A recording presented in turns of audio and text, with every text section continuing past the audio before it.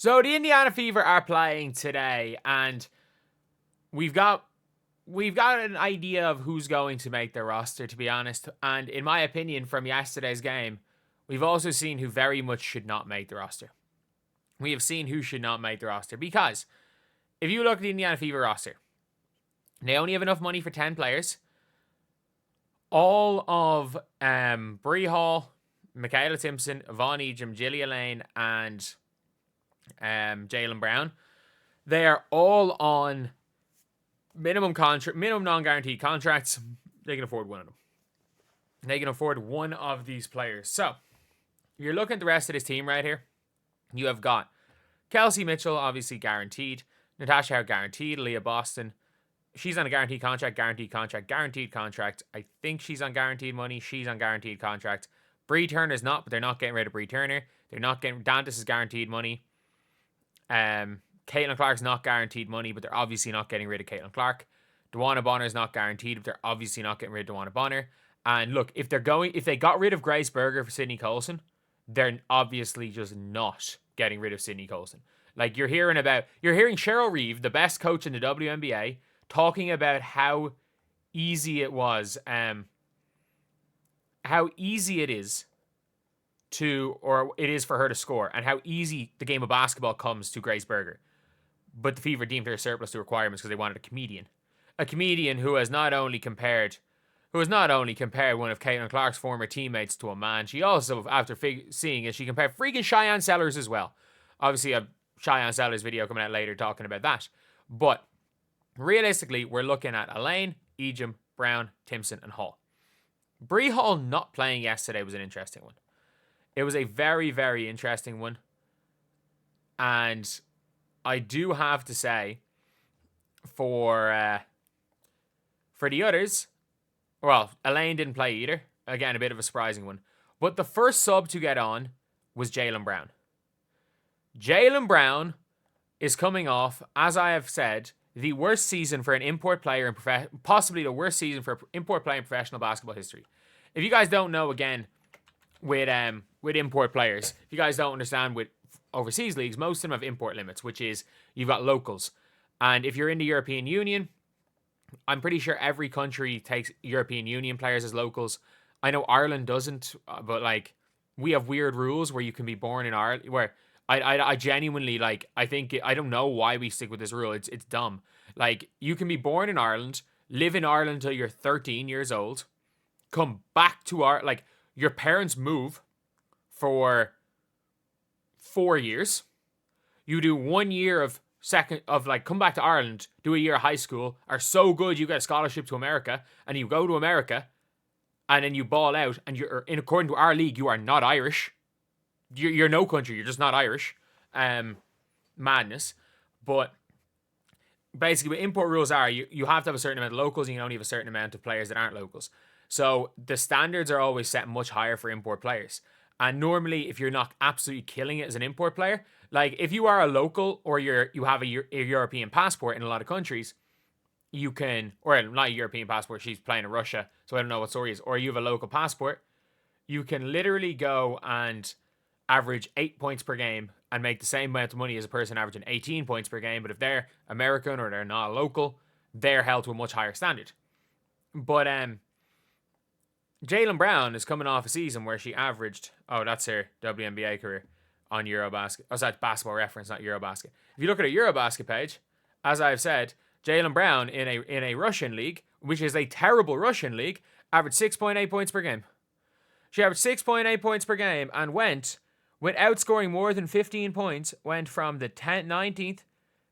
So she had one 20-point game in the season. And by the way, like, this is the Russian league's terrible right now. On 35% from 2, 28% from 3. Realistically, on 31% shooting, 6.5 points per game, and she's meant to be a scorer.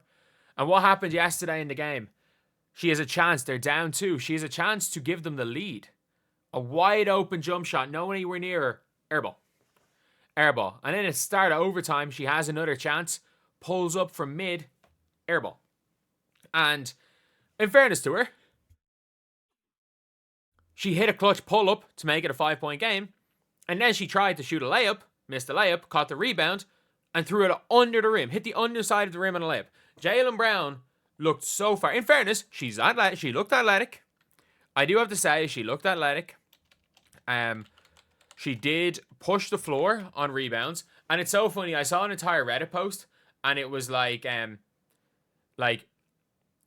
Reddit post was like breaking down players by the numbers, and it was like who played the best game, and apparently Aaliyah Boston played the best out of all, better than Sophie Cunningham, and apparently Aaliyah Boston was better than Sophie Cunningham according to these stats, and they were like, this is the formula I use. It took points, rebounds, assists, steals, blocks. And I'm like, you just read a box score.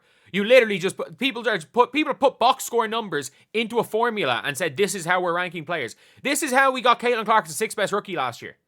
You cannot look at a box. You cannot put box score stats into a random formula and say that that's going to that tells anything about the sport of basketball. She was terrible. She was absolutely shocking. Absolutely shocking in that game. And defensively, she wasn't that bad, but like she was poor. But at least she kind of looked like she could have been a WNBA player. I do have to be honest. Yvonne Ejim doesn't even have a picture here. I wouldn't even play Yvonne Ejim today, to be honest. I wouldn't play her today. She genuinely did not look like... She looked like... Her mistakes weren't even mistakes that you can be explained off by, okay, yeah, it's been a... Like, it's just young mistakes. It can't even be explained by that. She just didn't, like... She just kept turning the ball over. She committed a dumb foul on Kiki Iriafen. She jumped for no reason on Kiki. She caught a rebound and tried to push it up, maybe. She, like, turned the ball over once and then just went for a layup, and somehow Sonia Citron stripped her. It's not like she's being guarded by people other than rookies. But, no, Yvonne Ejim, all I'm going to say is Yvonne Ejim is just not at the level. Just not at the level by any means. But the one player that was a standout, again, was Michaela Timson. Again, she hit the free throws. She got a really nice bucket in OT. Really, really nice bucket in OT. And look, she didn't do much. At the same time, had she missed that post up, we might be talking about it different. And maybe there's a little bit of bias because I know how badly Jaylen Brown did overseas. I know how well Michaela Timson could fit in. There's a bit of bias maybe on my end looking at the game. But for me, there was only one player that you could say is looks like they could do anything for the team. And this position is obviously an end of the bench role. And I'm shocked that Brie Hall didn't play. Like, we're going to see them all today, but I don't give a damn what happens today. Like, Brie, if you're not playing Brie Hall in a preseason game, if you are literally going for the first half with like proper rotations, Brie Hall's not going to play even in OT. There was 4.5 quarters of basketball, and Brie Hall did not play in overtime. I'm going to be honest, Brie Hall is not making that team. Jillia Lane is just there for training camp. But obviously Jaylen Brown has WNBA experience, so they're going to play her. But I just got to say, Jaylen Brown could have 40 today. I don't care. I do not care about the game against the Brazilian national team. We've seen enough. We have seen enough right here. Like, the game was just way, way too fast. Ejim was just too nervous. And Ejim's a 6-foot tall center who can't shoot. There were a lot. They were literally guarding Ejim like she was Angel Reese on the 3-point line. If she can't shoot a 6-foot tall, she does not play with a high enough motor to be in the league. Jaylen Brown, in fairness to her, has got the size, got the athleticism, can't hit a shot. Like, she wasn't able to shoot last year at all. By no means, like, she wasn't able to hit a single shot last season. And she is coming off the back of one of the worst seasons I genuinely think I've ever seen. And yeah, it's to be expected that I would say she's going to be cut as well. But if anyone other than Michaela Timson makes this team, I'm going to freak. And the only excuse, by the way, for Michaela Timson not making this team, there's one excuse, or one reason only Michaela Timson does not make the team. If you cut all of them and you take a gamble on Cheyenne Sellers. if you were preying on Cheyenne Sellers being there at 19 in the draft, and you cut all of these players, and you say, you know what, we'll take the risk on Cheyenne Sellers. That is the one single reason I would be okay with cutting Michaela Timson. But anyway, I'll see you guys.